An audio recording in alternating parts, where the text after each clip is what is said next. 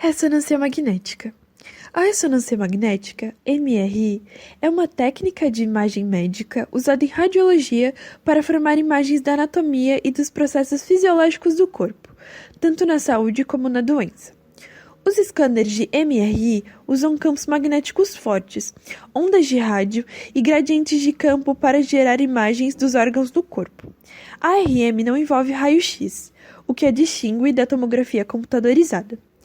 Dessa forma, as máquinas de ressonância magnética digitalizam imagens de um grupo de células em virtude do comportamento de seus núcleos atômicos, capazes de absorver e emitir energia de frequência de rádio, quando colocados em um campo magnético externo.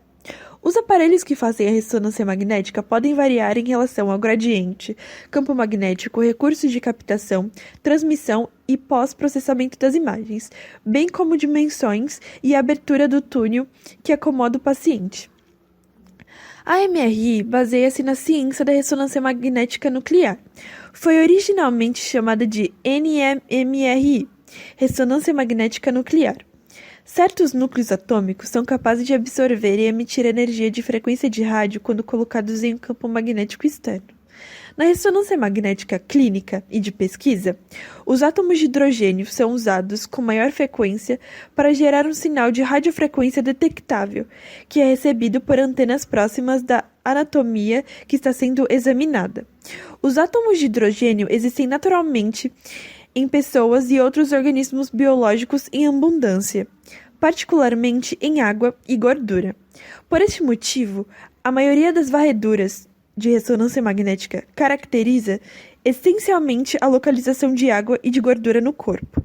Os pulsos das ondas de rádio estimulam a transição de energia de spin nuclear e os gradientes de campo magnético localizam um sinal no espaço.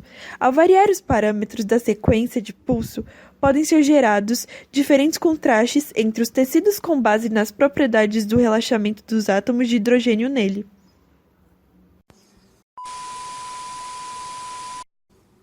Nos exames de ressonância magnética, o paciente entra dentro de um tubo que o rodeia. Ele nada mais é do que uma máquina com campo magnético que escaneia o corpo pelo alinhamento e mapeamento dos átomos de hidrogênio que estão presentes em todos os tecidos. Então, o equipamento envia ondas de rádio que produzem vibrações no corpo e são enviadas e digitalizadas em um computador, que as transforma em imagens. Os exames mais comuns são ressonância magnética do cérebro e da medula espinhal. A ressonância magnética é o exame de imagem mais comumente usado no cérebro e na medula espinhal. Ele serve para diagnosticar aneurismas de vasos cerebrais, distúrbios do olho e ouvido interno, esclerose múltipla, traumatismo da medula espinhal, derrame, tumores e lesão cerebral por trauma. Ressonância magnética do coração e vasos sanguíneos. Esse tipo de ressonância é capaz de avaliar o tamanho e a função das cavidades cardíacas, a espessura e movimento das paredes do coração, a extensão do dano causado por um ataque cardíaco ou doença cardíaca, bloqueios nos vasos sanguíneos e aneurismas. Ressonância magnética de órgãos internos.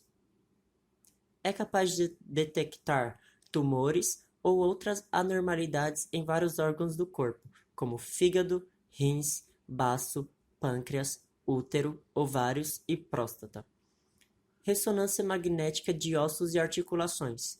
Ajuda a avaliar articulações anormais causadas por lesões traumáticas ou repetidas, como cartilagem e ligamentos danificados. Além disso, pode verificar anormalidades dos discos na coluna, infecções ósseas e tumores nos ossos e tecidos moles. Ressonância magnética da mama. É usada em adição à mamografia para detectar o câncer de mama, particularmente em mulheres que têm tecido mamário denso ou que podem estar com risco aumentado para a doença. Os raios-x são produzidos de seguinte forma: através de componentes localizados dentro de uma ampola, compostos por anodo e catodo, um positivo e outro negativo. São compostos por um filamento que no momento da produção do raio-x são excitados e atraídos uns aos outros, que quando se encontram, produzem o feixe de raio-x. O exame de raio-x é feito por meio da emissão de radiação, o feixe, na parte do corpo que se deve ser avaliada. Essa radiação sofre atenuações diferentes de acordo com a densidade do que encontra em sua frente e produz uma imagem nas placas digitais hoje utilizadas. Partes como ossos saem esbranquiçados nas radiografias, enquanto o ar dos pulmões fica preto. Isso permite saber se o ar está ventilando adequadamente por todo o pulmão, se um osso está quebrado e etc. Há diferentes posicionamentos para tirar o raio-x, dependendo da região do corpo que será diagnosticada. O paciente é posicionado em uma sala de exames sentado, ou em pé ou deitado, e os raios-x são emitidos de um tubo, atravessando a parte do corpo que vai ser analisada, e atingindo as placas digitais. Com isso, são obtidas imagens médicas. A história da tomografia. Em 1961, o neurologista norte-americano William Henry Ollendorff realizou as primeiras experiências com a tomografia, mas o método não foi executado por falta de suporte matemático teórico. Entre 1963 e 1964, Alan MacLeod, Comarc, físico sul-americano, constitui o método matemático necessário para fazer as imagens.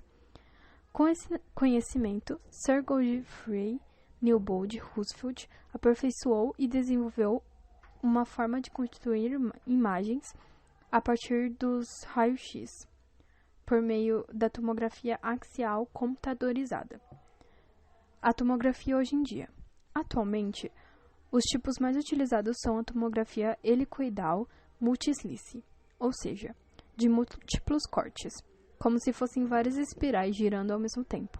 Em cada rotação do tubo podem ser adquiridas centenas de imagens. Como funciona? O princípio de formação da imagem da tomografia computadorizada é o mesmo da radiografia.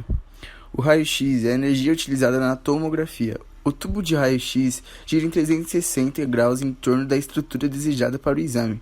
A imagem obtida é chamada de tomografia. Ainda no equipamento do lado oposto ao tubo de raio-x, tem um sistema detector de fótons, que gira junto com o feixe de raio-x.